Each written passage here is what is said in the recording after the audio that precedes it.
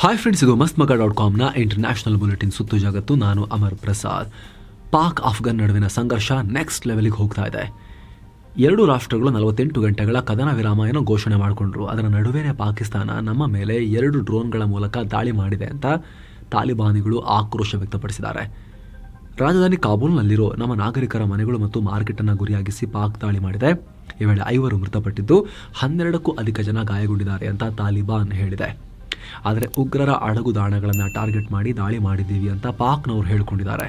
ಕದನ ವಿರಾಮ ಎಲ್ಲ ಹೋಯ್ತು, ಹಾಗಾದರೆ ಅಡಗುದಾಣ ಟಾರ್ಗೆಟ್ ಮಾಡಿ ದಾಳಿ ಮಾಡಿದ್ರೆ ನೀವು. ಹೀಗಾಗಿ 2 ರಾಷ್ಟ್ರಗಳ ನಡುವಿನ ಸಂಘರ್ಷ ಇತ್ಯರ್ಥ ಆಗೋ ಯಾವುದೇ ಲಕ್ಷಣ ಇಲ್ಲ. ಇನ್ನು ಅಫ್ಘಾನ್ ಮೇಲೆ ದಾಳಿ ಆದ ಬೆನ್ನಲ್ಲೇ ಮಾಡೋದೆಲ್ಲ ಮಾಡಿಕೊಂಡು ಹೆಸರಿಗಷ್ಟೇ ಪಾಕ್ PM ಆಗಿರೋ ಶಹಬಾಜ್ ಶರೀಫ್ ನಾವು ತಾಲಿಬಾನಿಗಳೊಂದಿಗೆ ಶಾಶ್ವತ ಕದನ ವಿರಾಮಕ್ಕೆ ರೆಡಿ ಅಂತ ಹೇಳಿದ್ದಾರೆ.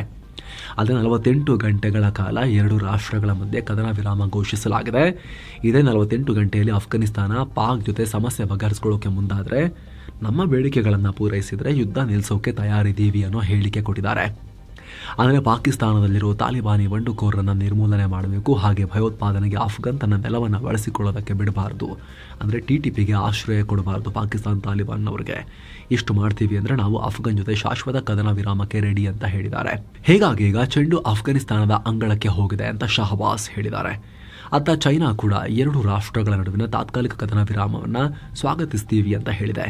ಅಲ್ಲದೆ ಪ್ರಾದೇಶಿಕ ಸ್ಥಿರತೆ ಹಾಗೂ ಶಾಂತಿಗಾಗಿ 2 ರಾಷ್ಟ್ರಗಳು ಪರಸ್ಪರ ಮಾತುಕತೆ ಮೂಲಕ ಸಮಸ್ಯೆ ಬಗೆಹರಿಸಿಕೊಳ್ಬೇಕು, ಆಗ ಮಾತ್ರ ಶಾಶ್ವತ ಕದನ ವಿರಾಮ ಆಗುತ್ತೆ ಅಂತ ಚೀನಾ ಹೇಳಿದೆ.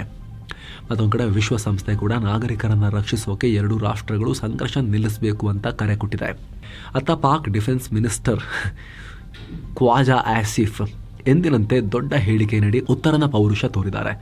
ಪಾಕಿಸ್ತಾನ 2 ಫ್ರಂಟ್ ವಾರ್ಗೆ ರೆಡಿ ಆಗಿದೆ ಅಂತ ಹೇಳಿದ್ದಾರೆ. ಅಂದರೆ 2 ಕಡೆಯಿಂದ, ಆ ಕಡೆ ಭಾರತ, ಈ ಕಡೆ ಅಫ್ಘಾನಿಸ್ತಾನ, ಇಬ್ಬರು ಬಂದರೂ ನಾವು ಫೇಸ್ ಮಾಡ್ತೀವಿ ಅನ್ನೋ ಇವರಿಗೆ ಹುಂಬುತನ ಇವರಿಗೆ. ಪಾಕ್ ಮಾಧ್ಯಮದ ಇಂಟರ್ವ್ಯೂ ಒಂದರಲ್ಲಿ ಅದನ್ನು ಚೆನ್ನಾಗಿ ಮಾಡ್ತಾರೆ ಇವರು. ದಿನ ಬೆಳಗಾದರೆ ಒಂದು ಇಂಟರ್ವ್ಯೂ ಕೊಟ್ಕೊಂಡು ನ್ಯೂಸಲ್ಲಿ ಇರ್ತಾರೆ ಇವರು. ಡಿಫೆನ್ಸ್ ಮಿನಿಸ್ಟ್ರು TVಗಳಲ್ಲಿ ಡಿಫೆಂಡ್ ಮಾಡೋದು ಪಾಕಿಸ್ತಾನವನ್ನು. ಅಫ್ಘಾನ್ ಜೊತೆಗಿನ ಸಂಘರ್ಷದ ನಡುವೆ ಭಾರತ ಪಾಕ್ ವಿರುದ್ಧ ಮತ್ತೇನಾದರೂ ಉದ್ವಿಗ್ನತೆ ಹೆಚ್ಚಿಸೋ ಕೆಲಸ ಮಾಡಬಹುದಾ ಅನ್ನೋ ಪ್ರಶ್ನೆ ಕೇಳಿದ್ದಕ್ಕೆ ಆಸಿಫ್ ಏನು ಹೇಳಿದ್ರು ಗೊತ್ತಾ? ಹೌದು, ಅದನ್ನು ಅಲ್ಲಗಳೆಯೋಕ್ಕಾಗಲ್ಲ ಅಂತ ಹೇಳಿದ್ದಾರೆ. ಅಲ್ಲದೆ 2 ಕಡೆ ಯುದ್ಧ ನಡೆದರೆ ಅದನ್ನು ಹೇಗೆ ನಿಭಾಯಿಸಬೇಕು ಅನ್ನೋ ಬಗ್ಗೆ PM ಶಹಬಾಜ್ ಜೊತೆ ಏನಾದರೂ ಮೀಟಿಂಗ್ ಮಾಡಲಾಯ್ತಾ ಕೇಳಿದ್ದಕ್ಕೆ ನಾವು ತಂತ್ರ ರೂಪಿಸ್ತಾ ಇದ್ದೀವಿ, ಅದೆಲ್ಲವನ್ನು ಪಬ್ಲಿಕ್ಕಾಗಿ ಹೇಳೋಕ್ಕಾಗಲ್ಲ ಅಂತ ಹೇಳಿದ್ದಾರೆ. ಈ ಮೂಲಕ ಆ ಕಡೆ ಅಫ್ಘಾನ್, ಈ ಕಡೆ ಭಾರತ ಇಬ್ಬರು ಬಂದು 2 ಕಡೆಯಿಂದ ಕ್ರಶ್ ಮಾಡಿದ್ರೂ ಕೂಡ ನಾವು ಫೈಟ್ ಮಾಡೋಕ್ಕೆ ರೆಡಿ ಇದ್ದೀವಿ ಅಂತ ಹೇಳಿದ್ದಾರೆ. ಅಂದಹಾಗೆ ಈ ಅಫ್ಘಾನಿಸ್ತಾನ ಭಾರತಕ್ಕೋಸ್ಕರ ಪ್ರಾಕ್ಸಿ ಯುದ್ಧ ನಡೆಸ್ತಾ ಇದೆ. ಇದಕ್ಕೆಲ್ಲ ಭಾರತವೇ ಕಾರಣ, ತಾಲಿಬಾನಿಗಳನ್ನು ಭಾರತದಲ್ಲಿ ಕೂರಿಸ್ಕೊಂಡು ಭಾರತವೇ ಆಡ್ತಿರೋ ಆಟ ಅಂತ ಇದೇ ಖ್ವಾಜಾ ಆಸಿಫ್ ಹೇಳಿದ್ರು. ಕೆಲವು ಗಂಟೆಗಳಲ್ಲಿ ಮತ್ತೆ ಕ್ಯಾಮರಾ ಮುಂದೆ ಬಂದ್ಕೊಂಡು ಇನ್ನೊಂದು ಹೆಜ್ಜೆ ಮುಂದೆ ಹೋಗಿ ಈಗ ಈ ರೀತಿ ಹೇಳಿಕೆ ಕೊಟ್ಟಿದ್ದಾರೆ. ಇನ್ನೊಂದು ಕಡೆ ಅಕ್ಟೋಬರ್ 9ನೇ ತಾರೀಕು ಪಾಕ್ ದಾಳಿಯಲ್ಲಿ TTP ಮುಖ್ಯಸ್ಥ ಮುಫ್ತಿ ನೂರ್ ವಲಿ ಮೆಹಸೂದ್ ಮೃತಪಟ್ಟಿಲ್ಲ ಅನ್ನೋದು ಕನ್ಫರ್ಮ್ ಆಗಿದೆ. ಖುದ್ದು ವಿಡಿಯೋವೊಂದರಲ್ಲಿ ಕಾಣಿಸ್ಕೊಂಡ ನೂರ್ ತಾನಿನ್ನೂ ಜೀವಂತವಾಗಿದ್ದೀನಿ ಅಂತ ಹೇಳ್ಕೊಂಡಿದ್ದಾನೆ. ಅಲ್ಲದೆ ಜಿಹಾದ್ ರಾಷ್ಟ್ರಗಳಿಗೆ ಸ್ವಾತಂತ್ರ್ಯ ಮತ್ತು ಘನತೆಯನ್ನು ತರುತ್ತೆ, ಇಲ್ಲಿದ್ರೆ ಅವರು ಗುಲಾಮರಾಗಿ ಉಳಿಬೇಕಾಗತ್ತೆ ಅಂತ ಹೇಳಿದ್ದಾನೆ. ಈ ಮೂಲಕ ಪಾಕ್ ವಿರುದ್ಧ ತನ್ನ ಹೋರಾಟ ಜಿಹಾದ್ ಮುಂದುವರಿಯುತ್ತೆ ಇರೋದನ್ನು ಈ ತಾಲಿಬಾನಿ ಎಚ್ಚರಿಕೆ ಕೊಟ್ಟಿದ್ದಾನೆ ಪಾಕಿಸ್ತಾನಕ್ಕೆ. ಪಾಕಿಸ್ತಾನದ ವಿರುದ್ಧ ತಾಲಿಬಾನಿಗಳ ಜಿಹಾದೀಗ. ಇನ್ನು ಪಾಕ್ ಅಫ್ಘಾನ್ ನಡುವಿನ ಸಂಘರ್ಷ ತಾರಕಕ್ಕೇರ್ತಿದ್ದಂತೆ ಇದನ್ನು ನಾನು ಸಾಲ್ವ್ ಮಾಡ್ತೀನಿ ಅಂತ ಜೈಲಲ್ಲಿರೋ ಪಾಕ್ ಮಾಜಿ PM ಇಮ್ರಾನ್ ಖಾನ್ ಮುಂದೆ ಬಂದಿದ್ದಾರೆ. ತಾಲಿಬಾನ್ ಖಾನ್ ಖ್ಯಾತಿಯ ಇಮ್ರಾನ್ ಖಾನ್ ರಾವಲ್ಪಿಂಡಿ ಜೈಲಿಗೆ ಅವ್ರು ನೋಡೋಕೆ ಅವರ ಸಹೋದರಿ ನೊರೆನ್ ಖಾನ್ ಹೋಗಿದ್ರು. ಆ ಬಳಿಕ ಮಾತನಾಡಿದ ನೊರೆನ್, ಭೇಟಿ ಬಳಿಕ ಮಾತನಾಡಿದ ನೊರೆನ್, ಈ ಸಂಘರ್ಷದಿಂದ ಇಮ್ರಾನ್ ಖಾನ್ಗೆ ಬಹಳ ಬೇಜಾರಾಗಿದೆ, ಈ ಸಂಘರ್ಷ ನಿಲ್ಲಿಸೋಕೆ ಮಧ್ಯಸ್ಥಿಕೆ ವಹಿಸೋಕೆ ಇಚ್ಛೆ ಇದೆ ಅಂತ ಹೇಳಿ ವ್ಯಕ್ತಪಡಿಸಿದಾರಂತೆ. ಅದಕ್ಕಾಗಿ ಪರೋಲ್ ತಗೊಳ್ಳೋಕ್ಕೂ ಮನವಿ ಮಾಡಿದ್ದಾರೆ ಅಂತ ಹೇಳ್ತಿದ್ದಾರೆ ಅವರ ಸಹೋದರಿ. ಆದರೆ ಆಸಿಮ್ ಮುನೀರ್ ಕೊಡಬೇಕಲ್ಲ ಪರೋಲ್. ಇನ್ನು ಸ್ನೇಹಿತರೆ, ಮುಂದುವರಿಯೋ ಮುನ್ನ ಒಂದು ಸಣ್ಣ ಮನವಿ, ಸಬ್ಸ್ಕ್ರೈಬ್ ಇನ್ನೂ ಕೂಡ ಮಾಡದೇ ಇರೋ ವೀಕ್ಷಕರು ದಯವಿಟ್ಟು ವಿಡಿಯೋ ಕೆಳಗಿರೋ ಸಬ್ಸ್ಕ್ರೈಬ್ ಬಟನ್ ಮೇಲೆ ಕ್ಲಿಕ್ ಮಾಡಿ, ಹಾಗೆ ಪಕ್ಕದ ಬೆಲ್ ಐಕಾನ್ ಮೇಲೆ ಕ್ಲಿಕ್ ಮಾಡಿ ನಮ್ಮ ಚಾನಲನ್ನು ಬೆಂಬಲಿಸಿ ಅನ್ನೋ ಮನವಿಯೊಂದಿಗೆ ಬನ್ನಿ ಕಂಟಿನ್ಯೂ ಮಾಡೋಣ ಸ್ನೇಹಿತರೆ. ಈಶಾನ್ಯ ರಾಜ್ಯ ಅಸ್ಸಾಂನಲ್ಲಿ ಉಗ್ರ ದಾಳಿಯಾಗಿದೆ. ಅಲ್ಲಿನ ಕಾಕೋಪತಾರ್ನಲ್ಲಿರೋ ಸೇನಾ ಕ್ಯಾಂಪ್ ಮೇಲೆ ಉಗ್ರರು ಕೈ ಸ್ಫೋಟಕ ಎಸೆದು ದಾಳಿ ಮಾಡಿದ್ದಾರೆ.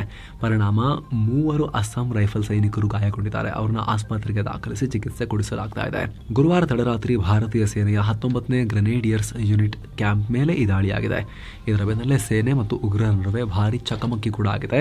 ಅಲ್ಲಿನ ಸ್ಥಳೀಯರಲ್ಲಿ ಭಾರಿ ಆತಂಕದ ವಾತಾವರಣ ನಿರ್ಮಾಣ ಆಗಿದೆ. ಈ ಶಬ್ದ ಎಲ್ಲ ಕೇಳಿ ಸದ್ಯ ಉಗ್ರರನ್ನ ಸೇನೆ ಮತ್ತು ಪೊಲೀಸರು ಸುತ್ತುವರೆದು ಹುಡುಕ್ತಾ ಇದ್ದಾರೆ. ಸ್ನೇಹಿತರೆ, ಈ ಭಾಗದಲ್ಲಿ ಆಗಾಗ ದಾಳಿ ನಡೆಸೋ ULFA, United Liberation Front of Assam ಮತ್ತು National Socialist Council of Nagaland NSCN-K Yung Aung ಅನ್ನುವಂತಹ ಈ ಸಂಘಟನೆಗಳು ಜಂಟಿಯಾಗಿ ದಾಳಿ ನಡೆಸಿರಬಹುದು ಅಂತ ಅನುಮಾನ ವ್ಯಕ್ತಪಡಿಸಲಾಗ್ತಾ ಇದೆ. ಭಾರತ ಮತ್ತು ಮಯನ್ಮಾರ್ ಗಡಿಯಲ್ಲಿ ಉದ್ವಿಗ್ನತೆ ಇರೋ ಹೊತ್ತಲ್ಲಿ ಈ ದಾಳಿಯಾಗಿದೆ. ಇತ್ತೀಚೆಗಷ್ಟೇ ಮಣಿಪುರದಲ್ಲೂ ಕೂಡ ಉಗ್ರ ದಾಳಿಯಾಗಿತ್ತು. ಅಸ್ಸಾಂ ರೈಫಲ್ಗೆ ಸೇರಿದ ಸೈನಿಕರು ಸಂಚರಿಸ್ತಾ ಇದ್ದ ವಾಹನದ ಮೇಲೆ ಉಗ್ರರು ಗುಂಡಿನ ಮಳೆ ಕರೆದಿದ್ರು. ಪರಿಣಾಮ 2 ಯೋಧರು ಹುತಾತ್ಮರಾಗಿದ್ರು, 5 ಗಾಯಗೊಂಡಿದ್ರು. ಈ ಉಗ್ರರನ್ನ ಸದ್ಯ ಸೇನೆ ಒಬ್ಬೊಬ್ಬರನ್ನಾಗಿ ಹೆಡೆಮುರಿ ಕಟ್ತಾ ಇದೆ. ಇನ್ನು ಇದರ ಜೊತೆಗೆ ಕಳೆದ ಜುಲೈನಲ್ಲಿ ಭಾರತೀಯ ಭದ್ರತಾ ಪಡೆಗಳು ಮಯನ್ಮಾರ್ ಗಡಿ ಪ್ರದೇಶದಲ್ಲಿರೋ ನಮ್ಮ ಕ್ಯಾಂಪ್ಗಳ ಮೇಲೆ ಏರ್ ಸ್ಟ್ರೈಕ್ ಮಾಡಿದ್ದಾರೆ ಅಂತ ಸ್ವತಂತ್ರ ಉಲ್ಫಾ ಸಂಘಟನೆ ಆರೋಪ ಮಾಡಿತ್ತು. ಜುಲೈ 13ನೇ ತಾರೀಕು ನಮ್ಮ ಮೇಲೆ ದಾಳಿ ಶುರು ಮಾಡಿ ನಮ್ಮ ಸಂಘಟನೆಯ ಲೀಡರ್ಗಳನ್ನು ಭಾರತೀಯ ಸೇನೆ ಹೊಡೆದು ಹಾಕಿದೆ ಅಂತ ಆರೋಪಿಸಿತ್ತು. ಆದರೆ ಭಾರತೀಯ ಸೇನೆ ಅದನ್ನು ಅಕ್ಸೆಪ್ಟ್ ಮಾಡಿರಲಿಲ್ಲ. ಈಗ ಅಸ್ಸಾಂನಲ್ಲಿ ಉಗ್ರ ದಾಳಿಯಾಗಿದೆ. ಆ ಭಾಗದಲ್ಲಿ ಹೈ ಅಲರ್ಟ್ ಘೋಷಿಸಲಾಗಿದೆ. ಏನೋ ಗಾಜಾ ಬಳಿಕ ರಷ್ಯಾ ಯುಕ್ರೇನ್ ಯುದ್ಧ ಕೊನೆಗೊಳಿಸೋದರ ಮೇಲೆ ಟ್ರಂಪ್ ಕಣ್ಣು ಬಿದ್ದಿದೆ. ಈ ಸಂಬಂಧ ರಷ್ಯಾ ಅಧ್ಯಕ್ಷ ಪುಟಿನ್ ಜೊತೆಗೆ ಟ್ರಂಪ್ ಫೋನ್ ಕಾಲ್ನಲ್ಲಿ ಮಾತನಾಡಿದ್ದಾರೆ. ಅಲ್ಲದೆ ಯುಕ್ರೇನ್ ಯುದ್ಧ ಕೊನೆಗೊಳಿಸುವ ನಿಟ್ಟಿನಲ್ಲಿ ಹಂಗೇರಿಯಲ್ಲಿ ಪುಟಿನ್ರನ್ನ ಮೀಟ್ ಮಾಡೋದಾಗಿ ಟ್ರಂಪ್ ಹೇಳಿದ್ದಾರೆ. ಪುಟಿನ್ ಜೊತೆ ಫೋನ್ನಲ್ಲಿ ಒಳ್ಳೆ ಮಾತುಕತೆ ನಡೆದಿದೆ. ಗಾಜಾ ಯುದ್ಧ ನಿಲ್ಲಿಸಿದ್ದಕ್ಕಾಗಿ, ಮಿಡಲ್ ಈಸ್ಟ್ನಲ್ಲಿ ಶಾಂತಿ ಸ್ಥಾಪಿಸಿದ್ದಕ್ಕಾಗಿ ಪುಟಿನ್ ನನಗೆ ಅಭಿನಂದನೆ ಹೇಳಿದ್ರು.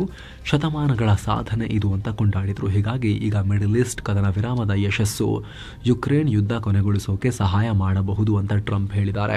ಅಲ್ಲದೆ ಯುಕ್ರೇನ್ ಸಂಘರ್ಷ ನಿಲ್ಲಿಸುವ ಸಂಬಂಧ ಮುಂದಿನ ವಾರ 2 ಕಡೆಯ ಉನ್ನತ ಮಟ್ಟದ ಸಲಹೆಗಾರರು ಮಹತ್ವದ ಮಾತುಕತೆಗಾಗಿ ಗ್ರೌಂಡ್ ವರ್ಕ್ ಮಾಡ್ತಾರೆ. ನಮ್ಮ ಸ್ಟೇಟ್ ಸೆಕ್ರೆಟರಿ ಮಾರ್ಕೋ ರುಬಿಯೋ ಅಮೆರಿಕದ ನಿಯೋಗದ ನೇತೃತ್ವ ವಹಿಸ್ತಾರೆ.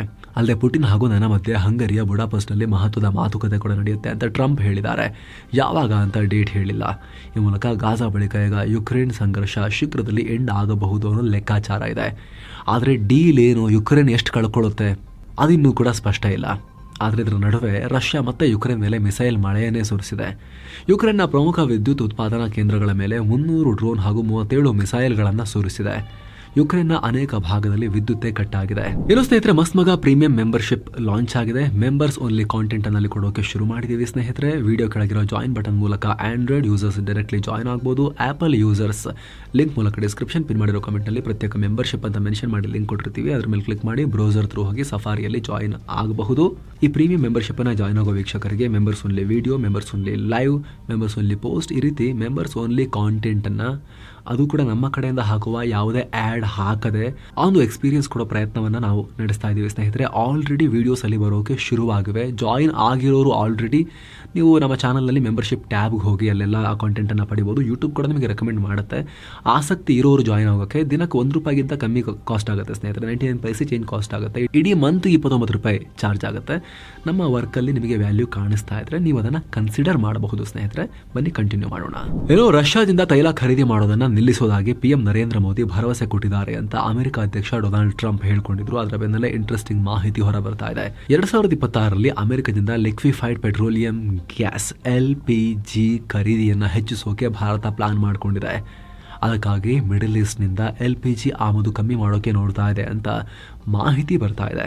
ಈ ಮುಂಚೆ ಕೂಡ ಭಾರತ ತನ್ನ 10% LPG ಆಮದನ್ನು ಅಮೆರಿಕದಿಂದಲೇ ಮಾಡಿಸ್ಕೊಳ್ಳಬಹುದು ಅನ್ನೋ ರಿಪೋರ್ಟ್ ಜುಲೈ ತಿಂಗಳಲ್ಲೇ ರಾಯ್ಟರ್ಸ್ನಲ್ಲಿ ಬಂದಿತ್ತು. ಸದ್ಯ ಅಮೆರಿಕ ಜೊತೆ ದ್ವಿಪಕ್ಷೀಯ ವ್ಯಾಪಾರ ಒಪ್ಪಂದ ಮಾಡಿಕೊಳ್ಳೋಕೆ ಭಾರತೀಯ ಅಧಿಕಾರಿಗಳು ಅಮೆರಿಕದಲ್ಲಿರೋ ಹೊತ್ತಲ್ಲಿ ಈ ಮಾಹಿತಿ ಬರ್ತಾ ಇದೆ. ಈಗ ಹೊಸ ಇನ್ಫಾರ್ಮೇಶನ್. ಶಾಂತಿ ಒಪ್ಪಂದ ಆಯಿತು, ಎಲ್ಲ ಶಾಂತವಾಗ್ತಿದೆ ಮಿಡಲ್ ಈಸ್ಟ್ ಅನ್ನುವಷ್ಟರಲ್ಲಿ ಮತ್ತೆ ಬೆಂಕಿ ಬಿದ್ದಿದೆ. ಇಸ್ರೇಲ್ ಈಗ ಲೆಬನಾನ್ ಮೇಲೆ ಮುಗಿಬಿದ್ದಿದೆ. ಯುದ್ಧ ವಿಮಾನಗಳನ್ನು ನುಗ್ಗಿಸಿ ಏರ್ ಸ್ಟ್ರೈಕ್ ಮಾಡಿದೆ. ಪರಿಣಾಮ ಒಬ್ಬರು ಮೃತಪಟ್ಟಿದ್ದು, 12 ಜನ ಗಾಯಗೊಂಡಿದ್ದಾರೆ. ಸುಮಾರು 12 ಸಲ ಇಸ್ರೇಲ್ ನಮ್ಮ ಮೇಲೆ ಸ್ಟ್ರೈಕ್ ಮಾಡಿದೆ ಅಂತ ಲೆಬನಾನ್ ಹೇಳಿದೆ.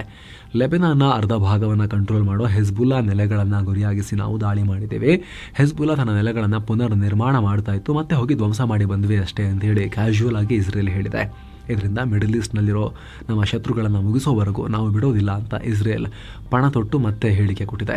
ಏನು ಈಜಿಪ್ಟ್ನಿಂದ ಇಸ್ರೇಲ್ಗೆ ಮಾಡಲಾಗ್ತಿದ್ದ ಶಸ್ತ್ರಾಸ್ತ್ರ ಕಳ್ಳ ಸಾಗಾಣಿಕೆ ಯತ್ನವನ್ನು ವಿಫಲಗೊಳಿಸಿದ್ದೀವಿ ಅಂತಲೂ ಇಸ್ರೇಲಿ ಸೇನೆ ಹೇಳಿದೆ. ಡ್ರೋನ್ ಮೂಲಕ ಕಳ್ಳ ಸಾಗಾಣಿಕೆ ಯತ್ನ ನಡೆದಿತ್ತು, ಡ್ರೋನನ್ನು ನಾವು ಹೊಡೆದು ಹಾಕಿದ್ದೀವಿ ಎಂದಿದೆ. ಇತ್ತ ಹಮಸ್ಗಳಿಗೆ ಟ್ರಂಪ್ ಮತ್ತೊಮ್ಮೆ ದೊಡ್ಡ ವಾರ್ನಿಂಗ್ ಕೊಟ್ಟಿದ್ದಾರೆ. ಹಮಸ್ ಗಾಜಾ ಜನರನ್ನ ಹತ್ಯೆ ಮಾಡೋದನ್ನು ನಿಲ್ಲಿಸದೇ ಇದ್ರೆ ಅವ್ರನ್ನ ಮುಗಿಸೋದು ಬಿಟ್ಟು ನಮಗೆ ಬೇರೆ ದಾರಿನೇ ಇಲ್ಲ ಅಂತ ಹೇಳಿದ್ದಾರೆ.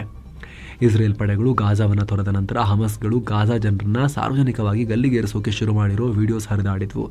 ಇದರ ಬೆನ್ನಲ್ಲೇ ಟ್ರಂಪ್ ಈ ವಾರ್ನಿಂಗ್ ಕೊಟ್ಟಿದ್ದಾರೆ. ಕಪಿಲ್ ಶರ್ಮಾರ ಕೆನಡಾದ ಕೆಫೆಗೆ ಕಾಟ ತಪ್ಪಿದ್ದೇ ಅಲ್ಲ. ಕೆನಡಾದ ಸರೇನಲ್ಲಿರೋ ಫೇಮಸ್ ಕಾಮಿಡಿಯನ್ ಕಪಿಲ್ ಶರ್ಮಾರ ಕೆಫೆ ಮೇಲೆ ಮತ್ತೆ ಗುಂಡು ಹಾರಿಸಲಾಗಿದೆ. ಯಾವುದೇ ಸಾವು ಆಗಿಲ್ಲ. ವ್ಯಕ್ತಿಯೊಬ್ಬ ಕೆಫೆ ಮೇಲೆ ಗುಂಡು ದಾಳಿ ನಡೆಸ್ತಾ ಇರೋ ವಿಡಿಯೋ ಕ್ಯಾಪ್ಚರ್ ಆಗಿದೆ. ಲಾರೆನ್ಸ್ ಬಿಷ್ಣೋಯ್ ಗ್ಯಾಂಗ್ನ ಕುಲ್ವೀರ್ ಸಿಧು ಮತ್ತು ಗೋಲ್ಡಿ ದಿಲೋನ್ ಈ ದಾಳಿಯ ಹೊಣೆಯನ್ನು ಹೊತ್ತು ಸೋಷಿಯಲ್ ಮೀಡಿಯಾದಲ್ಲಿ ಪೋಸ್ಟ್ ಹಾಕಿದ್ದಾರೆ. ಕಳೆದ ಜುಲೈನಿಂದ ಹಿಡಿದು ಇಲ್ಲಿವರೆಗೆ ಭರ್ತಿ 3 ಸಲ ಕಪಿಲ್ರ ಕೆಫೆ ಮೇಲೆ ದಾಳಿ ನಡೆಸಲಾಗಿದೆ. ಸದ್ಯ ಅಲ್ಲಿನ ಸ್ಥಳೀಯ ಪೊಲೀಸರು ತನಿಖೆ ಶುರು ಮಾಡಿದ್ದಾರೆ. ಇನ್ನು ಈ ದಾಳಿ ಬೆನ್ನಲ್ಲೇ ಖಲಿಸ್ತಾನಿ ಉಗ್ರ ಗುರು ಪತ್ವಂತ್ ಸಿಂಗ್ ಪನ್ನೂನ್ ಕೂಡ ಕಪಿಲ್ ಶರ್ಮಾಗೆ ಬೆದರಿಕೆ ಹಾಕಿದ್ದಾನೆ. ಕೆನಡಾದಲ್ಲಿರೋ ನಿಮ್ಮ ಕೆಫೆಯನ್ನು ಮುಚ್ಚಿ, ಇಲ್ಲ ಅಂದರೆ ಭಾರತದ ವಿರುದ್ಧ ನಿಂತ್ಕೊಳ್ಳಿ, ನಮ್ಮ ಪರವಾಗಿ ಒಂದು ಸೇರ್ಕೊಳ್ಳಿ, ಭಾರತದ ವಿರುದ್ಧ ನೀವು ಸ್ಟೇಟ್ಮೆಂಟ್ಸ್ ಕೊಡಿ ಅಂತ ಕೇಳ್ಕೊಂಡಿದ್ದಾನೆ. ವಾರ್ನಿಂಗ್ ಕೊಟ್ಟಿದ್ದಾನೆ. ನಿಮ್ಮ ಕೆಫೆ ಮೋದಿಯವರ ಹಿಂಸಾತ್ಮಕ ಹಿಂದುತ್ವ ಐಡಿಯಾಲಜಿಯ ಸಂಕೇತ ಅಂತ ಹೇಳಿದ್ದಾನೆ.